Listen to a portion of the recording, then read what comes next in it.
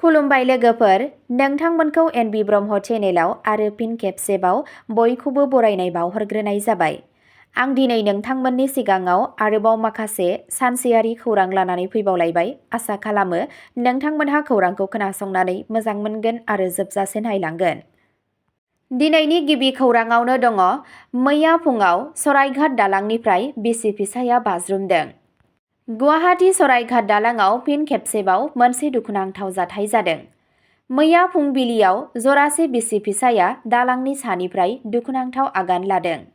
जालुकबारी फारसेनिफ्राय फैनाय आइजोआनो गिबिसिनै ब्रह्मपुत्र दैमायाव बाज्रुमदोंमोन। दसे समनि उनाव सासे मानसिया बिनि उन उन थांफानायसै आरो बे एखे बिखा खामग्लिनाय थिरांथा लादों। जालुकबारी पुलिस आरो नेशनेल डिजास्टार रेसपन्स फर्स (एसडीआरएफ)नि हानजाया थाबैनो जाथायथिलियाव सौहैयो आरो थाबैनो फिन्नाय होयो। बिसि फिसायखौ नागिरनो थाखाय एनडीआरएफआ नागिरनायनि हाबाफारि जागायो। दासिम बिसि फिसायनि सिनायथिनि सोमोन्दै जेबो फोरमायथि मोननाय जायाखै। गुबुन मोनसे खौराङाव दङ, टी20 बुहुम काप देरहायोब्ला हानजा भारतनो 27.48 कौटि रां बान्था मोनगोन। गुबुन हानजाफोरा बेसेबां मोनगोन? भारतआ आहमदाबादआव निउजिलेन्डखौ 96 रानजों फेजेननानै 2024आव देरहानाय टी20 बुहुम कापखौ रैखा खालामो।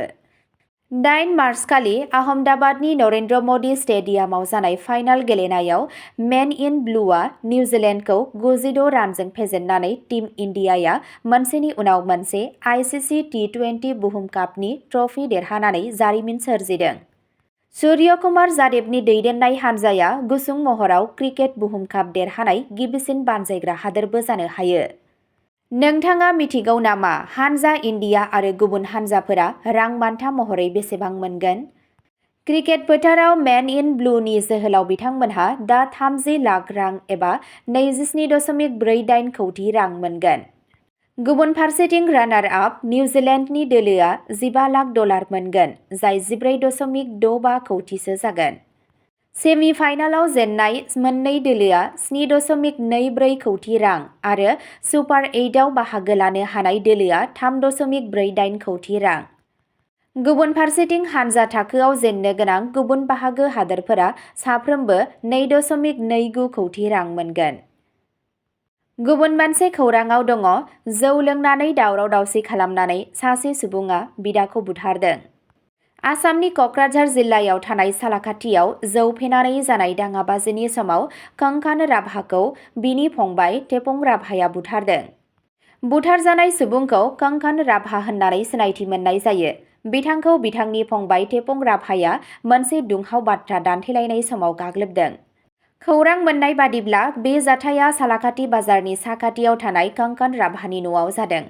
सालाकाथि बामुनिगावनि थागिरि टेपं राभाया गावनि बिदानि न'आव फैदोंमोन। बिदाया जौ लोंगासिनो दंमोन जेब्ला बिसोरनि गेजेराव बाथ्रा दान्थेलायनाय जायो।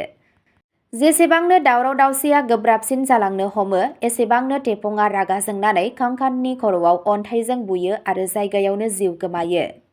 जायगानि थागिबिफोरा मैया फुंनि समाव गोथै सह'खौ नागिरना मोनो आरो लोगो लोगो जायगानि पुलिसनो खौरां हरो। नाथाय टेपंआ गावनि बिदाखौ बुथारनानै जाथायथिलिनिफ्राय खारखोमादों। पुलिसआ खारखोमानानै थानाय सुबुंखौ नागिरनो थाखाय नायबिजिरनायखौ जागायदों आरो थैनायनि गुबै जाहोनखौ रोखा खालामनो थाखाय गोथै सह'खौ पस्टमर्टेम आनजादनि थाखाय दैथायहरनाय जादों।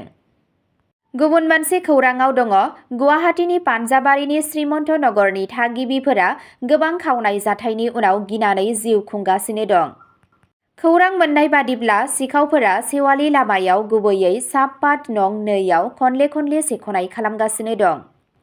साननैसो सिगां मोनाबिलि समाव दुथां सुबुंफोरा गंसे न'आव हाबनानै गंसे आलमिराखौ सिफायदोंमोन आरो 8 लाखसो रांनि गहेनाफोरखौ लुथिदों। मोनसे गोमोथाव थासारियाव हाबसनफैग्राफोरा जाथायथिलिनिफ्राय खारलांनायनि सिगां डाइनिं टेबुलाव दोननाय फिथाइफोरखौबो जालांदों। मैया खौरां मोननाय गुबुन मोनसे जाथायाव सिखावफोरा फिन खेबसेबाव बे एखे ओनसोलनि गंसे न'खौ नोजोर होयो। एएसएसइबि आनजाद सामलायगिरि नयनज्योति शर्मानि न'आव सिखावफोरा बिथांनि बिसिनि सनानि गहेनाफोरखौ लानानै खारलाङो। बेलासियाव सेख'नाय जाथायबो जादों। खनले खनले जाफ्लेबाय थानाय जाथायफोरा ओनसोलनि थागिबिफोरनि गेजेराव गोख्रों रागा जोंखांहोदों। जाय बिथांमोनहा ओनसोलाव बांबोनाय खावनाय जाथायफोरनि सायाव सतगाव पुलिसनि जेबो उदिस गैयैनि थाखाय गोख्रों दुखु फोरमायदों। गुबुन मोनसे खौराङाव दङ बिटिसिनि गाहाय हाग्रामा महिलारिया गरेस्वर फ्लाइअभारनि अन्थाइ खाम्फा गायसनो। गरेस्वर फ्लाइअभारनि थाखाय समबारखालि गिबि मन्त्रि हिमन्त बिश्व शर्मानि फोसावनायनि उनाव अन्थाइ खाम्फा गायसननाय जायो। बे हाबाफारिखौ नेमखान्थि बादियै बिटिसिनि गाहाय हाग्रामा महिलारिया बेखेवनानै होयो, जेराव आसाम बिधान सभानि सोद्रोमा बिश्वजित दैमारी आरो मन्त्रि जयन्त मल्ल बरुवाया नुजाथिदों। गरेस्वराव 136 कौटि रां खरसा खालामनानै लुफुंजानो गोनां बे फ्लाइअभारनि थांखिया ओनसोलाव हान्था मेलानि थांलाय फैलाय आरो फोनांजाबनायखौ गोबां जौगाहोनाय। बे हाबाफारियाव मोनसे सुबुं जथुमबो खुंनाय जायो, जेराव बुंथिगिरि बिश्वजित दैमारी आरो मन्त्रि जयन्त मल्ल बरुवा बिथांमोनहा जथुम्माखौ बिबुंथि लाखियो। मन्त्रि जयन्त मल्ल बरुवाया फोसावो दि बिजेपि दोलोनि बिजाथिफोरनि फारिलाइखौ सप्तासेनि गेजेरावनो फोसावनाय जागोन। बिथाङा बेखौबो रोखा खालामो दि फैबाय थानाय बिसायख'थिनि समाव बिजेपि आरो बिपिएफआ बिटिसि ओनसोलनि गासै मोन 15 मासिफोराव जयै बिसायख'थि गेलेगोन। गुबुन मोनसे खौराङाव दङ सिआइडिआ कामरुपआव साइबार थगायनायनि जाथायखौ हमनो हायो। 7 हमजादों, 11,000 सिम कार्ड जब्द। साइबार क्राइमनि सायाव मोनसे गिदिर सिग्रोमनाय बादियै आसामनि क्राइम इनभेस्टिगेशन डिपार्टमेन्ट सिआइडिनि साइबार पुलिस थानाया कामरुप जिल्लानि गोबां जायगायाव सिग्रोमनायनि गेजेरजों 7 सुबुंखौ हमनो हायो। हमजानाय सुबुंफोरखौ हाजो पुलिस थानानि सिङाव थानाय कलिता कुची गामिनि मइनुल हक, सौरामुरि गामिनि मुन कलिता आरो कंकाकन कलिता, बालिसात्रा गामिनि हिरकजती कलिता आरो कायान पुलिस थानानि सिङाव थानाय तुही गामिनि मुस्ताकिम आहमेद होनना सिनायथि मोननाय जादों।